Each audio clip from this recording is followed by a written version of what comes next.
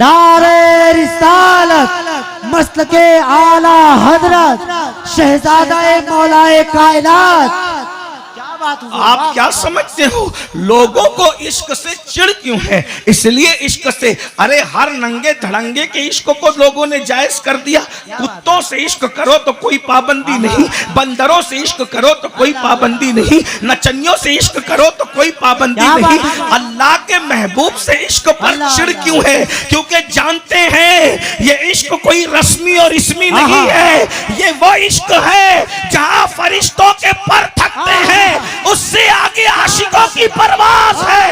ये तो अपना अपना है हौसला, ये तो अपनी अपनी उड़ान है। कोई थक के रह गया पार तक, कोई कहकशा से गुजर गया।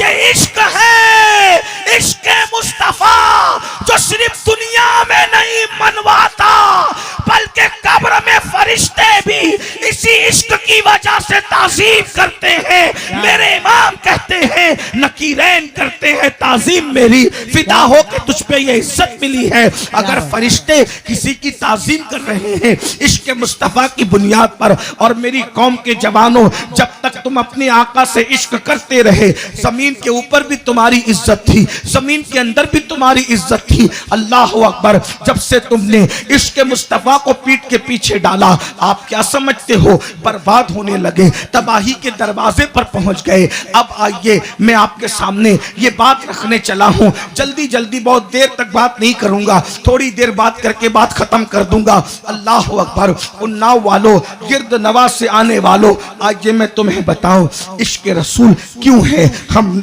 नबी का इश्क किसी पर थोपते नहीं है, हमारे आका है ही ऐसे कि जो उनको देखे इश्क करने। खूबसूरत इंसान जब सोता है तो नींद में उसकी आंख में कीचड़ आ जाता है, आता है कीचड़ के नहीं आता। इसी तरह सोने वाला, तवज्जो करना, सोने वाला जब सोता है कभी एक पैर इधर फैल जाता है, कभी एक पैर उधर फैल जाता है, किसी के मुंह से राल टपकती है वगैरह वगैरह। नींद में क्या क्या नहीं होता, अब क्या बयान करें नींद में क्या क्या होता है। लेकिन एक बात करूं, कितना भी खूबसूरत आदमी हो जब सोता है तो उसके बाल भी बिखर जाते हैं। मैं यहां पर कुछ तबसरा नहीं करना चाहता, अरे रेशमी बाल वाले भी सोते हैं और नींद से उठते हैं तो ऐसा लगता है कि जैसे किसी चिड़िया के घोंसले पर किसी बाज ने हमला करके उसको उजाड़ दिया हो। लेकिन आओ अपने नबी का सोना सुन लो, आपको पता चलेगा। अल्लाह अकबर। पहली चीज मुसलमानों, तुम मोहम्मदुर रसूलुल्लाह की अजमत को समझ लोगे जिस दिन, तो उस दिन हुजूर के सच्चे आशिक बन जाओगे। मेरे आका की नींद में भी हुजूर के पैर कभी लंबे नहीं हुए, हुजूर ने कभी नींद में भी पैर नहीं फैलाए। अरे जो नींद में भी कभी गैर संजीदा और गैर मोहतात नहीं होता, उसके जागने के शऊर के आलम को कौन सा नाम दिया जाएगा? ये मेरे आका की शान है। फिर दूसरी बात, हुजूर अलैहिस्सलाम जब नींद से उठते थे तो नींद का असर कभी रसूलुल्लाह के चेहरे से जाहिर नहीं होता था। सोने के बाद हुजूर की आंखों में कभी कीचड़ नहीं आता था, बल्कि जब नींद से उठते थे तो ऐसा लगता था जैसे अभी किसी ने उनके सर में तेल लगा दिया हो और उनकी आंखों में सुरमा लगा दिया हो। नींद में भी नबी की जुल्फें कभी नहीं बिखरा करती थी। मैं सोचने लगा या अल्लाह, नींद में नबी की जुल्फें क्यों नहीं बिखरती? तो बरेली से आवाज आई, वजह ये है, यूसुफ कहते हैं सबसे खूबसूरत नबियों में हजरते, और मेरे आका कहते हैं अल्लाह ने यूसुफ को मेरे हुस्न का सिर्फ एक हिस्सा अता किया है। जिसको एक हिस्सा मिले वो इतना खूबसूरत हो, जिसको पूरा हुस्न मिले वो कितना खूबसूरत होगा। क्या बात है। तो अब एक जुमला सुन लीजिए, जुमला सुन लीजिए, इसको जाय मत करना, दिल पे लिख लेना। हुस्न यूसुफ को देखा तो उंगलियां टुकड़े हो गई, हुस्न यूसुफ को देखा तो उंगलियां टुकड़े हो गई। मेरे नबी की उंगली को देखा तो चांद टुकड़े हो गया। बाबा नारे तकबीर, नारे रिसालत, शहजादा मौला। मेरे नबी के हुस्न को देखा, चांद टुकड़े हो गया। औरतें की उंगलियां टुकड़े होना भी कमाल उंगली को देखकर चांद का टुकड़े हो जाना उससे बड़ा कमाल है। उंगली के हुस्न का ये आलम है कि उंगली का हुस्न देखकर चांद के टुकड़े होते हैं, तो चेहरे के जमाल का आलम क्या होगा, चेहरे के हुस्न का आलम क्या होगा। इसीलिए मौलाना जमीलुर रहमान कहते हैं क्या हुस्न है ऐ सैयदे अबरार तुम्हारा, क्या हुस्न है ऐ सैयदे अबरार तुम्हारा। अल्लाह भी है तालिबे दीदार तुम्हारा, अल्लाह भी है तालिबे दीदार तुम्हारा। और क्यों दीद के मुश्ताक ना हो हजरत यूसुफ, क्यों दीद के मुश्ताक ना हो हजरत यूसुफ। अल्लाह का दीदार है दीदार तुम्हारा। अब आइए मैं आपके सामने बात रखने लगा हूं, इसलिए मेरे भाइयों मेरे नौजवानों अपने आका से मोहब्बत करो। आओ हम सब हुजूर से इश्क करें। एक बात कहूं बुरा मत मानना, मेरी कौम जल्दी बुरा नहीं मानती, मेरी बात का मैं जानता हूं। तवज्जो है आपकी, बस बात समेटने लगा हूं, बुरा मत मानना। जबान से आई लव मोहम्मद कहने से कोई आशिक रसूल नहीं बन जाता। मैं आशिक रसूल हूं ये कहने से कोई आशिक रसूल नहीं बन जाता। कहने वाले ने कहा है लड्डू लड्डू कहने से मुंह मीठा नहीं होता, शहद शहद कहने से मुंह मीठा नहीं होता, शकर शकर कहने से मुंह मीठा नहीं होता।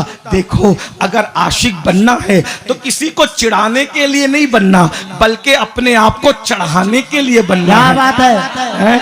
हाँ, चिढ़ाने के लिए इश्क की बात न करो, चढ़ा अपने आप को चढ़ाओ, क्योंकि जो आशिक बनेगा वो वहां चढ़ेगा जहां कोई नहीं चढ़ सकता। आरिफ रूमी से किसी ने कहा था मैं क्या बनूं कि मैं सब कुछ बन जाऊंगा, तो आरिफ रूमी ने कहा था आशिक रसूल बन जा, तू सब कुछ बन जाएगा। अब मैं पूछता हूं, एक जुमले में पूछता हूं, अभी आप बहुत दाद दे रहे थे, अब मैं दाद का मोहताज आदमी नहीं, न मुझे दाद ना फरियाद। उसने मेरे नबी के नाम पर अपने बेटे का नाम मोहम्मद रखा, और जब अयास का बेटा मोहम्मद बड़ा हो गया, अयास का बेटा मोहम्मद जब बड़ा हो गया, तो बड़ा होने के बाद अयास ने महमूद से कहा महमूद ऐ बादशाह मेरा बेटा आपकी खिदमत में रहेगा, आप उसको अपनी खिदमत में रख लीजिए, ये आपकी खिदमत करता रहेगा।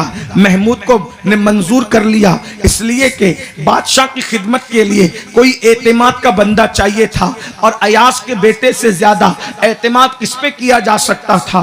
तो एक दिन महमूद ने अयास के बेटे का नाम मोहम्मद लेने की बजाय चिल्लाया, ओ अयास के बेटे तूने हम्माम में तौलिया नहीं रखा। अयाज ने सुना, सुनकर अयाज घबरा गए और घबरा करके रुक गए।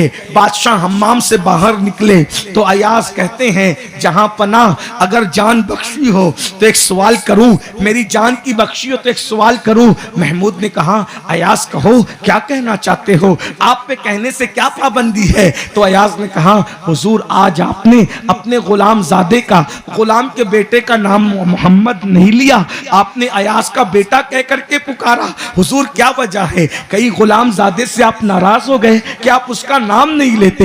अयाज महमूद के तेवर बदल गए और फौरन कहा अयाज मोहम्मद तेरे बेटे का नाम बाद में है, मोहम्मद मेरे मदीने के सरकार का नाम पहले है।